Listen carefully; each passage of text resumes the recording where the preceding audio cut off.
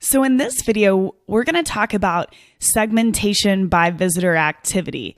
So what does that mean? Basically, we're going to talk about retargeting and speaking to people based off of what content they visit on your website. So even if you don't have a website, don't worry, don't run away yet. I still want you to learn this system. But first, I want to talk a little bit about retargeting in general. So retargeting, also known as remarketing, is a form of online advertising that can help you keep your brand in front of bounce traffic after they leave your website. So we're following up with people after they leave the website or the web page. For most websites, only 2% of web traffic converts on the first visit. Retargeting is a tool designed to help companies reach the 98% of users who don't convert right away. And that's from retargeter.com. It's really important. This shows the significance of retargeting. A lot of people leave off retargeting because they don't think it's important and they've already set up ad campaigns. And it's just really the last step that they don't want to take. But look at all of the traffic that you're leaving on the table and all the opportunity you're leaving on the table if you don't implement retargeting. So retargeting is a cookie-based technology that uses simple JavaScript code to anonymously follow your audience all over the web. But it doesn't have to be annoying, right? The great thing about retargeting and how we look at retargeting at Digital Marketer, it doesn't have to be annoying, right? And you're assuming that they didn't say no. So you're using retargeting as a follow-up, not a way to try to change their mind. So we're assuming that they didn't say no. We're assuming that they just didn't have time to take the action, right? Something happened. They got distracted, or they were in the car, or, they got a phone call and they weren't able to take the action on the page. So we're following up with them and we're reminding them to take that specific action. So retargeting is really the easiest aspect of running paid traffic. It's also cheap. It's mostly dynamic.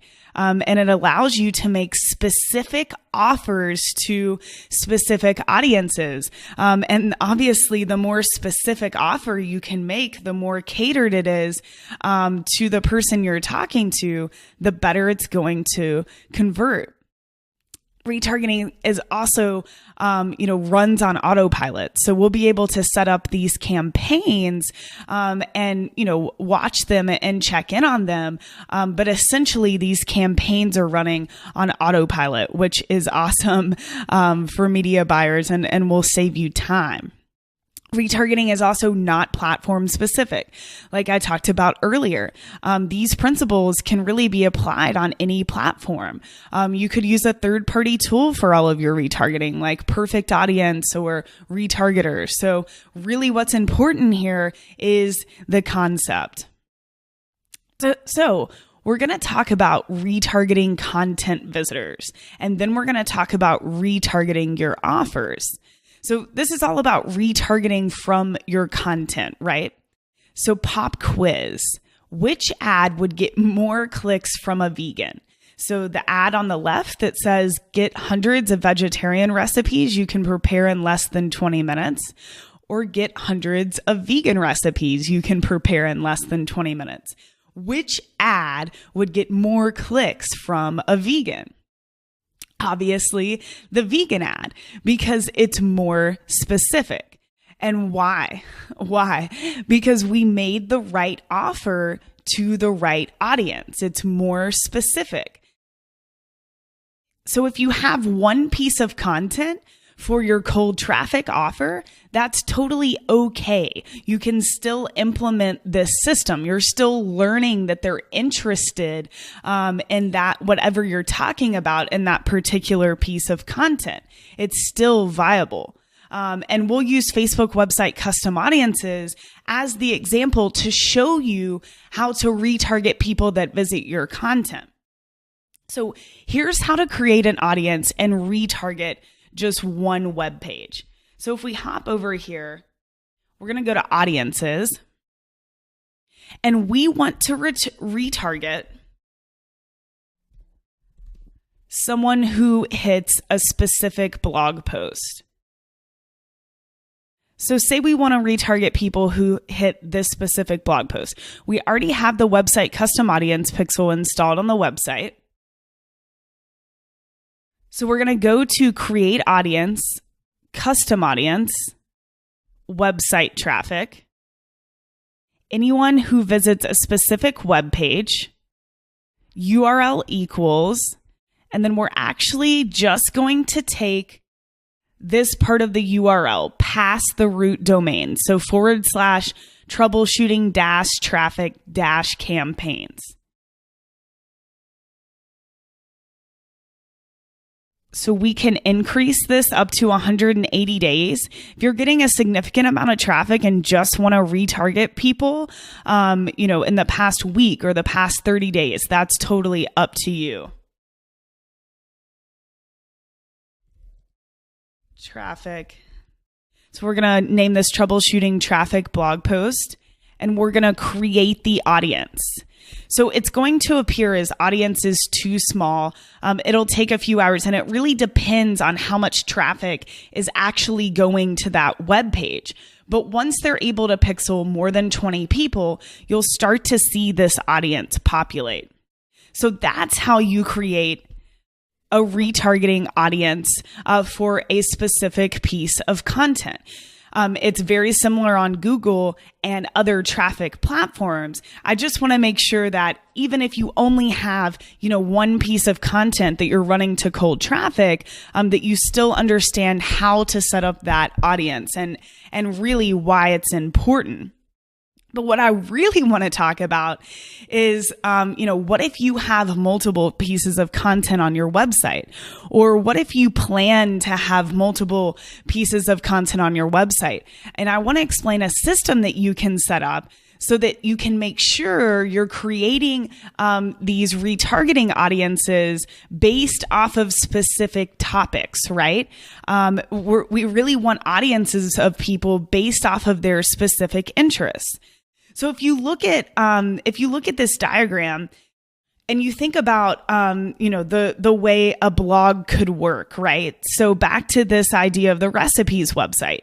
Maybe you sort of have 3 categories on the site. You have vegetarians, gluten-free, and vegans. And you have, all of this traffic coming to your website, whether it's from email, SEO, paid traffic, social media. It doesn't just have to be from whatever traffic source you're retargeting. So if you're able to split this content into, 3 different categories, and you're able to figure out which pieces of content that you have in these different categories, then we can create audiences not only of people that just hit your website in general, but also of people who are interested in these specific topics. So imagine how powerful this is, guys, because we can retarget with not just offers about recipes, but we can retarget with offers about their specific interest. So for example, vegetarians, we could talk to them about a vegetarian cookbook. For gluten-free, we could talk to them about a gluten-free cookbook. For vegan, we can talk to them about a vegan cookbook. So the best way to get this set up is either to take the blog content that you have and separate it like we did here in this image, or go ahead and plan what are some different segments or different categories, maybe just 3, that I could create specific pieces of content around and therefore make really specific lead magnet offers too. And the way to do this is to either take old content like we did here. These were our top visited blog posts on Digital Marketer when we first set up this system.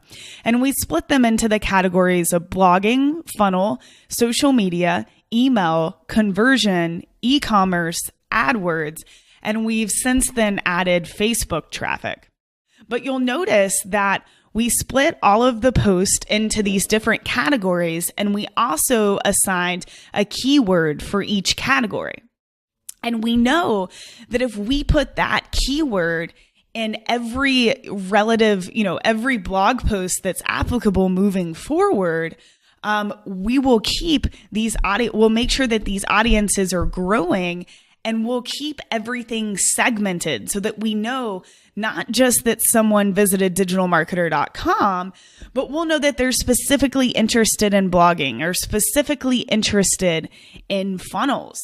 So again, if you already have content, go ahead and segment it out into a few different categories, and also make sure you establish a naming convention moving forward with these keywords, and make sure they're in the URL, of every blog post that's applicable moving forward. So once you do go back and, go through your blog content, and you'll create a sheet just like this, we can go into the audiences tab and create website custom audiences based off of old content and including keywords moving forward. So for example, you would go in and let's look at this blogging audience, right? So we'll go in, we'll create an audience of blogging, and we'll do people who visit specific web pages, and we're going to put the end parts of those URLs past the root domain from every old piece of content that has to do with blogging. We'll also include the word blogging. We'll include that keyword so that moving forward, as long as we put blogging in the URL of every future blog post that's going to talk about blogging, it will continue to populate this audience. So if you go back and you create these audiences for each of the segments, and you also include this keyword moving forward, you'll essentially never have to go back and touch these audiences again.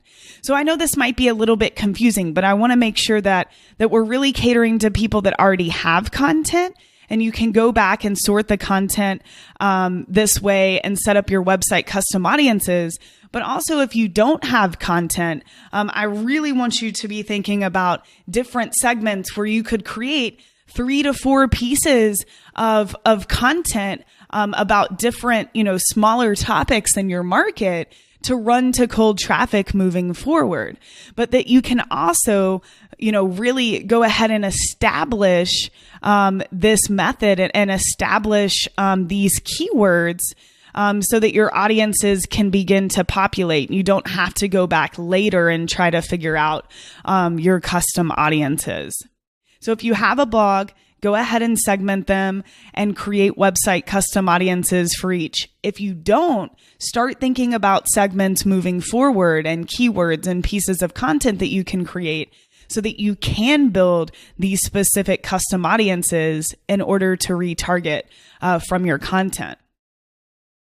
So, what is the purpose of this, Molly, right? Why am I doing this? And like I said, we're doing this so that we can build audiences based off of, specific segments. So blogging, for example, everyone who visits content on our site about blogging is going to be retargeted with a specific lead magnet, right?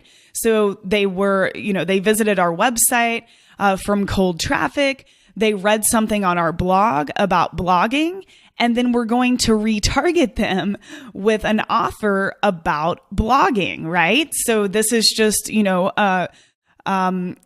ad to warm traffic about blogging. We're retargeting everyone on our site and our blogging custom audience. Everyone who hits a post about Facebook will see an ad about our Facebook ad template library. So keep in mind that as you do build these audiences, guys, the sizes will vary based off of the amount of traffic to your site. So when you do set up ads, and you should have campaigns for each of your different segments. So here is my blogging campaign for people who have visited our blogging website custom audience on Facebook, for example. And the size will vary based off of traffic. Make sure you're keeping the budget low and the frequency low, because these are way smaller audiences than, if we're running to cold traffic, right? With cold traffic, we're trying to hit 500,000 to 1 million people. With these retargeting ads, it's all based off of people who have visited your site. So the audience size might be a lot smaller. So we want to make sure we keep the budget low. Even $5, will do the trick with a lot of our retargeting campaigns. So make sure the budget is low and therefore, the frequency is low. You don't want these people to visit your site and then see your ad, more than 10 times. That's much greater than the effective frequency that we talked about.